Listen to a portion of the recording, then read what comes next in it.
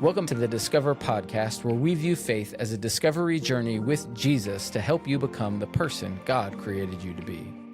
Welcome back to this episode of the Discover podcast. So glad that you are with us. I'm Bryan. I'm joined by Jake, our discipleship pastor.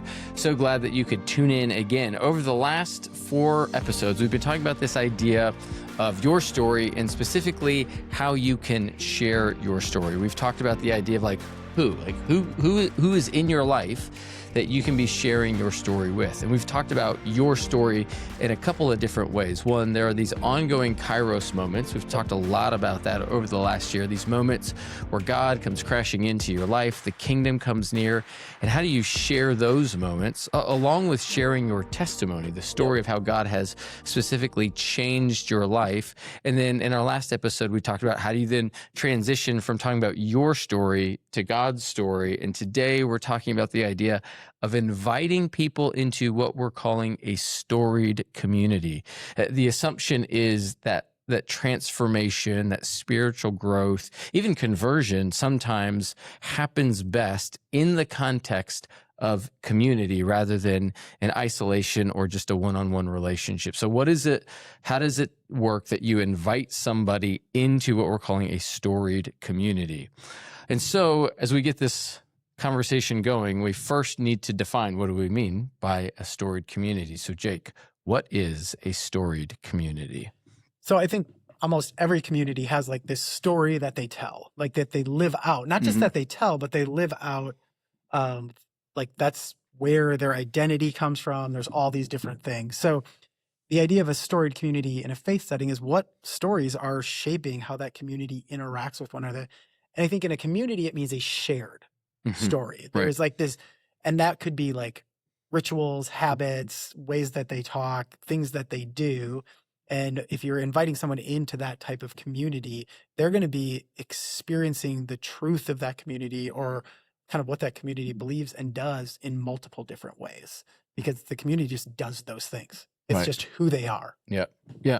So let's talk about that from the standpoint of like, what are those things? What does that look like in a context like Meadowbrook, in terms of if we're saying Meadowbrook is a storied community where we have a certain story at the center of our community and all that we do revolves around that. What does that actually look like? Give one thing. We'll just kind of go back and forth. What are those things that we do that point to this story that we believe and live by? So I'm going to start with something we say about ourselves first. Yep. Like if you're around Meadowbrook for a while, you're going to hear the phrase, we're a hospital and a home all the time. Yep. That is just one of the things we say. Yep. So if you invite someone into Meadowbrook, it's not going to take them long to hear that and then probably see that. Right. That's kind of what we value. Yeah. Which is a good example, but those aren't like necessarily on the surface biblical ideas, right? I would say they actually are biblical ideas, but people, when they say, like, if a new person comes to our church and they hear like, oh, welcome to Meadowbrook, we're kind of like a hospital and a home, they might be like, what does that mean? I mean, hopefully they get it at some level initially, but it means that, one, we want to be a place where people who are hurting, people who are broken can come and get help and get healing. And also a home is the place where you're supposed to be most comfortable. Like, meaning like it's the place where you can let your guard down. You can be your true self. Out in the world, we're doing a lot of things to put on a mask or project an image that we think people want to see from us. But at home, I just get to be the truest version of myself. So hopefully if you're in a place of need, when you're hurting and you need healing, you can come to our church. Or if you just need a safe place. And actually, both of those ideas are rooted in things that Jesus says or things that are said by Paul in the New Testament. Specifically, I think it's Luke 5, where Jesus calls Matthew, who's a tax collector, to come follow him, and he does. And then Matthew goes and invites all of his tax collector friends to a dinner party with Jesus. The Pharisees see that, and they criticize Jesus, and he says, it's not the healthy who need a doctor, but it's the sick. I've not come to call the righteous, but I've come to call sinners to repentance. So that's where you get that hospital language. And then all throughout the New Testament, there's this reference of, I think especially in somewhere in Ephesians, Paul talks about the household of God. the family of God. And so we want to be both a hospital and a home. So that points to something we say that helps create context for our culture as a community. What are other things that we say, do, believe, practices that we engage in that ultimately point to the story we believe? Yeah. So I think mostly every church does a worship service Yep. on Sunday morning. Yep. And that is part of who we are. It's a time that we come in to worship God, to have him be the forefront. I think the idea is at the starting of a week, we come in, the first thing we do to start that week off is we worship God for who he is. We hear from the scriptures, which are the grounding part of our faith. I think when you've been in church a long time, those are just like, oh yeah, that's of course what we do. Right. There's a reason. Right. These are our habits. These are the things that we have throughout the week. We have groups that gather together, mostly in people's homes, to talk about God's word, to pray for one another. Right. So I think those are pretty universal in a lot of church, that they meet it for a worship service, that they have some sort of groups that gather throughout the week, and we do those things. Yep. So as a worship ministry, as of late, we've been talking about like, what is it that we do on Sundays? And we've been talking about it in terms of 4 words. Like there are 4 things that we do in our service that we would say help put the story of God front and center in our worship gatherings. One is we come to reorient ourselves to God. So we usually start our service through some time of singing and worship through song. And we would say, hopefully that gives us perspective of who we are in light of who God is. And then 2, we somehow recognize that we are a part of a greater body of Christ. So the weekly practice is, hey, turn and greet those around you, an introvert's worst nightmare. My worst nightmare. But we do it because it physically reminds us that I'm a part of this community. I don't come into church as an isolated individual. I come to be a part of this greater community. Anytime that we do, usually like a baby dedication, or we do some sort of like missionary update, we usually do it in that same portion of the service to help people remember like, hey, this is a bigger body of people than just you as an individual. And then 3, we retell the story of God. So that's, we reorient ourselves to God, we recognize we're a part of the body of Christ, and then we retell the story of who God is through his scriptures, and then we respond together.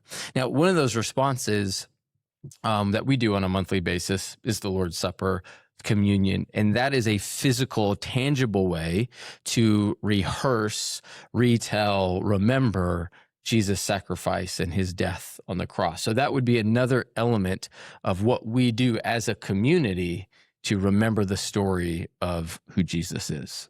Yeah, and I think one of the other, so those are the more like static things that we do every week, or even the things that are obviously a part of the worship service. I think also our church, one of the unique things, probably gets into that home part, is often our church stays for about 30 minutes afterwards in the lobby, and we're trying to shoo people off. Not really, but as second service is starting up. And then after second service is over, people stay until the staff start to shut the lights off. Right. But those are some of the things, if you're inviting someone in, often we'll even hear that from new people, I met a lot of people just sitting out in the lobby, had a coffee, talked to people. That is, I think, part of our story. Yes. Almost like it might be viewed as a little strange if you don't hang around. Yeah. And we feel that when we're running off to a sporting event, it's like, oh, we missed that 20 minutes that we are normally with our friends. Yeah. We've joked that around Milwaukee, you'll see these like stickers that say, I closed Walski's, I think. We've joked we should get stickers that say, I closed Meadowbrook, because there's a handful of people who close it down every week. This is looking at you, roadies. We see that, and we love that. The same family. Yeah. But it's great because we just want this to be a place where people can just hang, linger, and be. And that also, though, isn't just because we value people. It's because there's this passage in Acts 2 and Acts 4 that talk about the community that was formed in Jerusalem after Jesus was raised to life. It says that the Lord added to their number daily those who were being saved. They met together daily from house to house and in the temple courts. They prayed together, broke bread together. They worshiped together. They heard the apostles teaching together. It says that they were together a lot. So much so that those who were not part of that community noticed what they were doing and noticed this way of living that they started to develop. And at some level, I've got to imagine some people were like, how do I get in on that? Yeah. Like, I want to be a part of that. And so when we say that we want ultimately to invite people into a storied community, it's that at the center of our community is this story, specifically of who Jesus is, what he has done, what he's continuing to do, and the belief that he's going to return. And when he does return, he will set everything right. And so that's a story that we regularly tell, we live by, we practice, we point people to. It is kind of the anchor point, the focal point of what we do as a church body on a weekly, maybe even daily basis, if you're part of this community throughout the week. So then that takes us to our next question. Why is it so important for somebody like who's tuning into this podcast, who's been following along with us, saying like, yeah, I want to get better at telling my story. I want to get better at engaging people with God's story. Why is it so important for them to consider how can they not just have that interaction with somebody one-on-one, but also bring them into a community like Meadowbrook? Yeah. So I think one of the first things I would say is I've been blessed to get to hear a lot of people's testimony, a lot of people's story. We talked about testimonies a couple of weeks ago of how they came to know Jesus. Yeah. And there are some who came to know Jesus from a, service where the pastor laid out the gospel and they trusted Christ. That definitely happens. There's some who trusted Christ through a one-on-one conversation with their friend. A lot of people will simply say, I started to hang around Christians. I started to go to the stuff that they were doing. And then all of a sudden, like the gospel just made sense to me. And I can't even pick out when it happened. Mm-hmm. It did. And I think that's how the majority of people come. There's like the saying that's out there a lot right now that people have to belong before they can believe. Right. And people enter into a community wanting to know if this is a place for them before they even are going to be fully engaging who Jesus is. Yeah. They want to know if this could be a place for them. Right. And so when we invite them into that, we get to allow them to meet all these other people, meet Jesus in very different ways than what I could do just over coffee with them. Right. Right. There's something about like the richness of community that I think we all long for. When you and I were in high school, one of the top shows of the 90s was Friends, Yep. right? And it's this group of, 5 friends who spend all of their time together. And now we're going through Yeah, the is it names right 5? now. Yeah, right. Yeah. But I just remember like, as I started to learn about the importance of community, you can find all of these examples out there in culture that highlight this idea of like, oh, I want to be connected to people. I want to belong. I want to know them. I want to be known by them. I want to have people who can help me journey through my life, the highs and the lows, celebrate my victories and kind of mourn with me in my, sorrows and the things that I'm grieving. That's just part of who we are. And people long for that. And I think that's one of the reasons why we want to be regularly encouraging people to invite folks into our community because, all the time we're engaging with people who are just like, man, I'm so grateful for this community. And it's what we see in the New Testament, the importance of community, and that the assumption of the New Testament is that you can't be a Christian by yourself. Yeah. I think what it does too is if someone like were to say yes to following Jesus with me in a coffee shop, Mm-hmm. I still need to get them into community for them to grow. Right. Like they're not going to just grow, like you just said, the way they're supposed to, just meeting with me once Right. every few weeks. Right. So it takes a step away. Yeah. If I, as soon as possible, can bring them into a community of other people who know and love Jesus, that they're experiencing the church pretty early on. Yeah. And I just think there's something beautiful about that. I do think that's probably why in the book of Acts we hear the Lord added to their number daily those who were being saved. I think it was because the church was just doing their life and bringing people in and wanting people to hear about Jesus, but also they were in this community. If you look at most early church writings, you'll see, not even early church writings, but historians writing about the early church, people who were from the Greco-Roman world were often astounded that people were coming to faith, but then they would be like, well, in this community, they keep helping people and they are like caring for the poor and they're putting us to shame. Yeah. because this was just a community that was just living life for Jesus, and other people looked at it and thought, can I be a part of that? Right. That would be a pretty beautiful thing for that to be true of how we view that part of evangelism, I think. Yeah.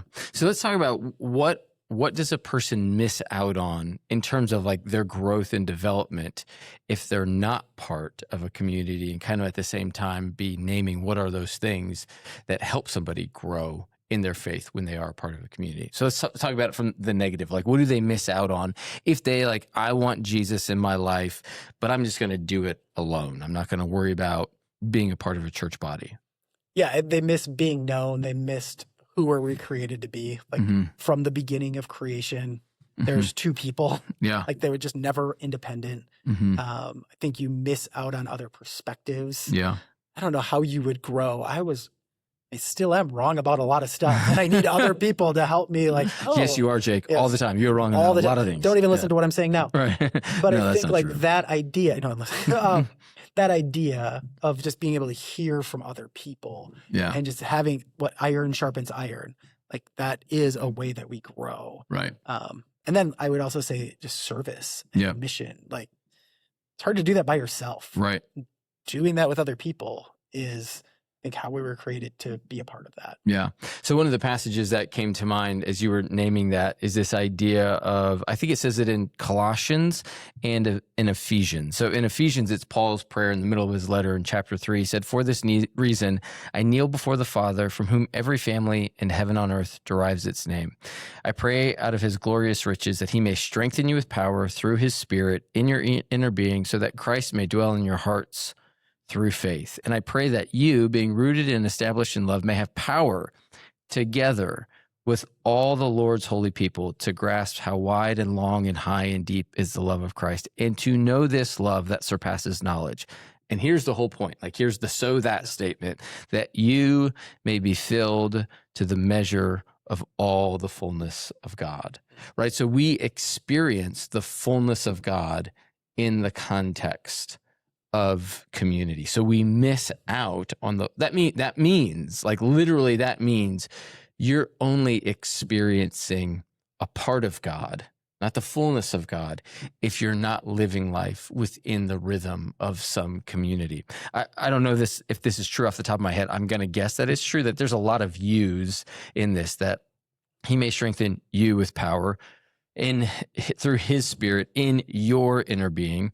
Christ may dwell in your hearts, and I pray that you may have power. You know, it's like the word "you" is repeated over. I'm going to guess that that's a second person plural, right? It's like y'all. Like it's not just you, it's y'all, all y'all.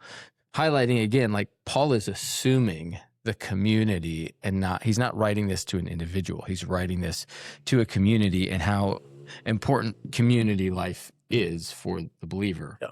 I don't know if we have an example of scripture of someone who did live their faith out on their own, and it wasn't negative. Right. Like Elijah is alone, but he's not happy about being alone. Jeremiah feels alone. He's not happy about feeling alone. Paul, you might think he's alone, but then he's like, oh no, and this guy's with me at this time, and this person's with me at this time. And then he talks to each church that he was ministering to, like they're his family. Yeah. We don't get that picture. Yeah. Like even Jesus, he gathers a group to learn from him and travel with him. Yeah. So if you're not in community, you miss out on the fullness of God. You also miss out on great moments with other people. You're not able to learn as effectively and grow as effectively. You miss out on the idea too of like working alongside people. I've often said that, it's not so much like what you're doing that's significant in life. Oftentimes we really want to be doing it with people we like working with. One of the joys, I think, for all of us on staff is that we enjoy working with one another. I think if we had a staff team full of people that were a bunch of jerks, it'd be like, I don't know if I want to do this anymore, because it's the who that often keeps you connected. And so you miss out on a ton if you're just trying to live out your faith on your own. And for somebody who's new to the faith, like the hope is that they would come in and be like, oh, wow, like I all of a sudden have this support of this community in my life. Yes. Yeah. So what would we say are some other things that you gain not just miss out on. We've named those things that you could miss out on. You could also like say those same things on the reverse and be like, those are things you gain. But what else do you gain besides just friendship, support, and growth?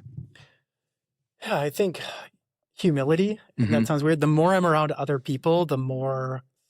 So in one way, I just see how good they are at certain things that I'm not. Right. And that's a beautiful thing because I can say, I don't need to do that. Like, I don't need to be the best at that. And just being in a body that functions, I think of it in my own marriage. There's things my wife is way better at. I don't know what type of social life I'd have without her. Yeah. And so like we work together in that. But in a church, like you get to do that. And there's ways that you, learn what you're gifted in and then humble yourself in what you're not. Yep. And that's a really beautiful thing. You don't have to be everything. Yep.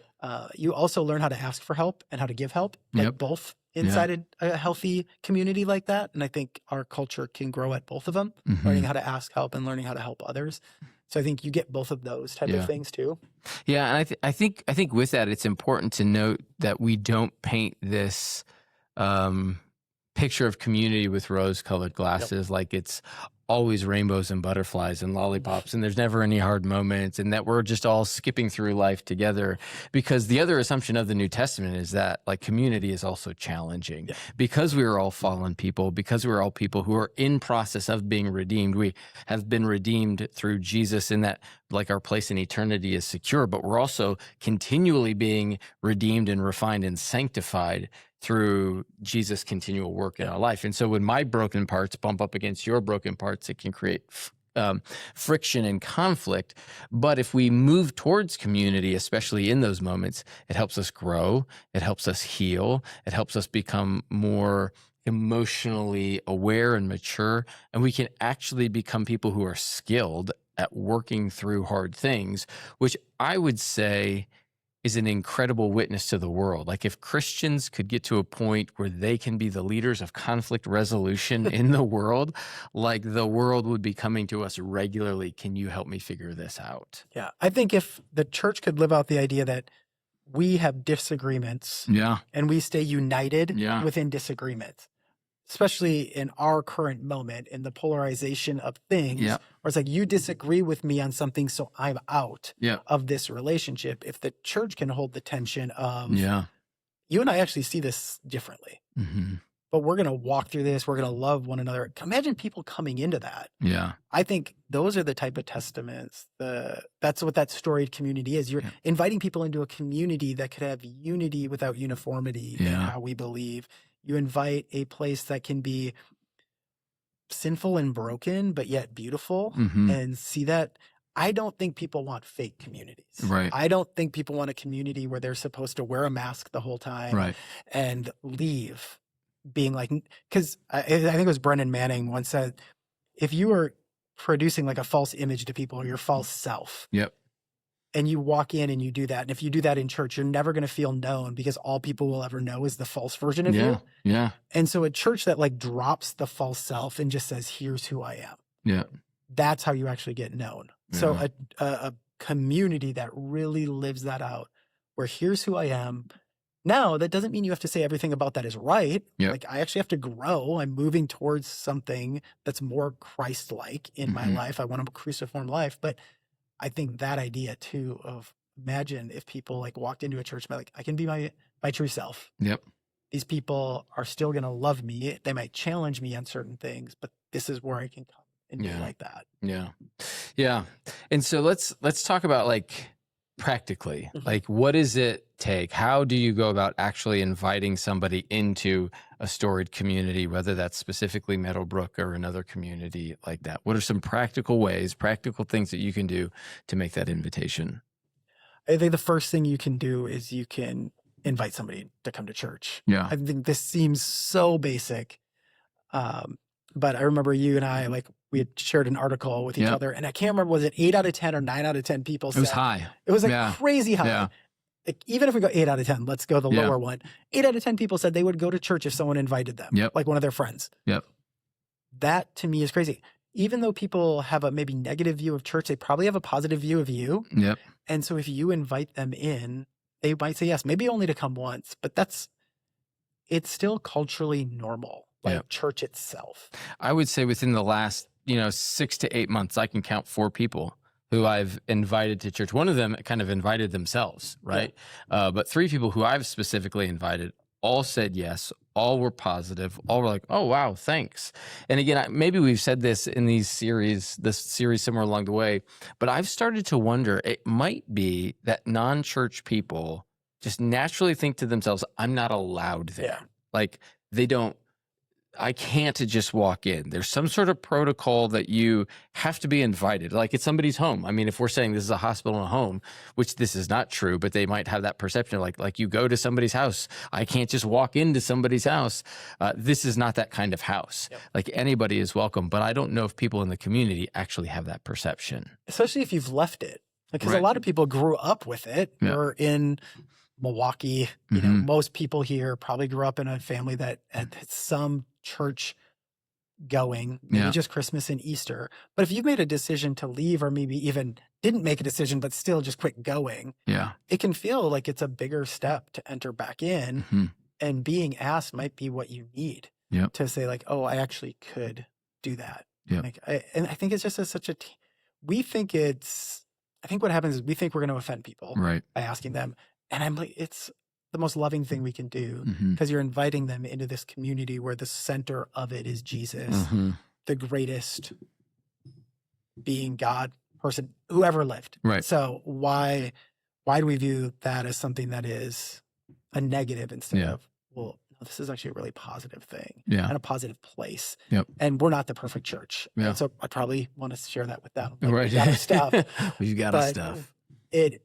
I'm not even inviting you in because our community is perfect. I'm inviting you in because Jesus is, and our community is a group of people who really care about him and care about other people and are trying to live that out the best way we can. So I think just inviting people to church is a very simple first step. Yeah.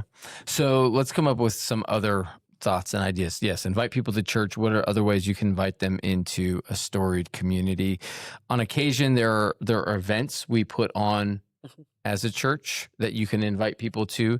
For a lot of you who are tuning in, you might have kids, and to invite people's kids to things, not that you just invite the kid and don't invite the parents. I'm not saying that, but there's a lot of things that Jackie does specifically that she's like, this would be a great thing for somebody to invite a friend to. I mean, in the summer we do the kids ministry does donuts in the park. Right? Like, hey, go to Jacobus Park, go to Hart Park. We're going to have donuts there. Every kid wants a donut. Every mom or dad, is always looking for a place where they can take their kids to play with other kids for an hour. And so some of those events we have. Can you think of any others like that we do? I mean, I think the young adults just had a board game and pizza night. That's a pretty simple way to invite somebody in. I think we often just think those things are, I guess, just for church people. Right. And we've talked about this a lot. Like, how do you have a culture where, no, actually we want to invite people into stuff? Like, it's just normal to invite someone into something we're already doing. We purposely partner with the school across the street to do things like Harvest Fest. That is not like a spiritual thing by nature. It's just a way to engage more people. Did a trunk or treat this year. Men's ministry last year did like a March Madness event where I think it was in the early days of the tournament just come watch the tournament with us. We're going to hang out, eat some food, watch basketball, and just hang. So, yeah. And I'd say so that's probably getting to the next part, which is the more informal. And I think this is the piece that's probably undervalued the most is I think just inviting people into a community you already have. So often there was a season where Hillary, my wife, and I would do just dinners together. And we would just invite people from both parts of our lives. So we talked a lot about youth sports because that's part of this water we swim in right now. But we'd invite youth sports families as well as our church families. And I may have even shared this on here, but I remember one of the times talking with one of my friends from Elijah's baseball team, one of the dads, and he just said, "You've got a great group of friends." And it was just some of our friends from church. And we were just doing a hangout. And he ended up meeting some of the other guys and talking to them. So it wasn't just me anymore. And I think those are just some beautiful things. How do you invite them into, not as like the project person that we need to fix, but just, this is a great group of people. I love them. I love you. I want you to be in this community too. And so we have, it could be something in your home where you're inviting some people from church, people from your neighborhood, or different networks that you run in. It could be inviting people to church on a Sunday morning. Again, through the summer, we try and do a handful of social things that are like out in the community just for people to come and build relationship with. I think the point is, if you have eyes to see, you can find places and ways to invite people to experience Jesus through the community. Some neighborhood communities even host social gatherings, right? That's our version of small groups to some extent. And during the summer, some of those groups just say, hey, we're not going to try and meet to go through any sort of like Bible study. We're just going to like hang out together. And that's a great opportunity for a neighborhood community to say, hey, I can maybe invite somebody just to come and have a bonfire with us or something. So I think the point is, what we want to do as a church is we want to be developing an invitational culture. It says in our mission statement that Meadowbrook Church exists to invite people. And we've been saying this as a staff. What if we could cultivate through the course of this year a culture where everybody at Meadowbrook Church owns the responsibility of inviting 4 people to church? I mean, I don't know, let's say we have 600 people who regularly attend our church on a weekly basis. What's the math? If you take, yes, thank you. That's 2,400 invites. And it's not about trying to, like, we don't say we're going to do that to grow our church to 2,400 people, but it's to hopefully help the people who live right around us experience Jesus. Because the reason we say we want to invite people, our mission statement does not say we're inviting people to attend Meadowbrook Church.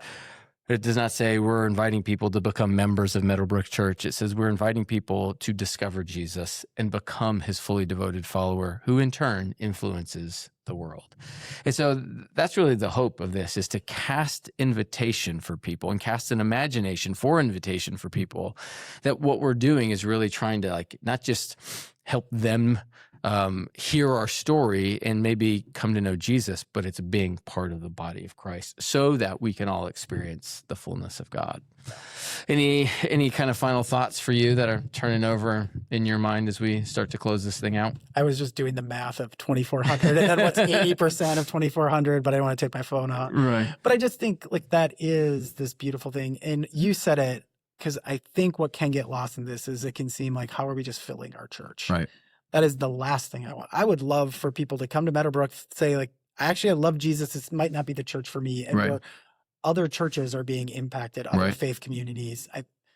We want people to experience Jesus. If that's through us or another church, I don't really care. I mean, I love the people we have at our church, but I want people to know Jesus more than I want them to be a part of our community. And I think when you have that mindset too, it frees you up even more. And so I just think, how can we become a community like that? Our whole desire is to invite them to Jesus, that they would get to experience him. As we're experiencing him and growing, we're inviting people to do the same.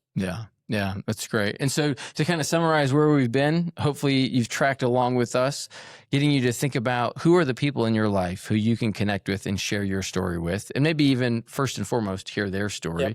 What does it look like for you to know and share your testimony, as well as know and share the Kairos moments that are happening in your life? And then how do you transition from telling your story to God's story, ultimately to invite people into a storied community? So hopefully all of those 5 things have made sense to you. Hopefully as you're moving through this year, you're finding ways to put this into practice. And we would love to hear those stories of you trying these things, of sharing your story, sharing God's story, and inviting people to be a part of Meadowbrook Church. So thanks so much for tuning in to these 5 last episodes. We really do hope that they were helpful for you, and we look forward to seeing you again next week.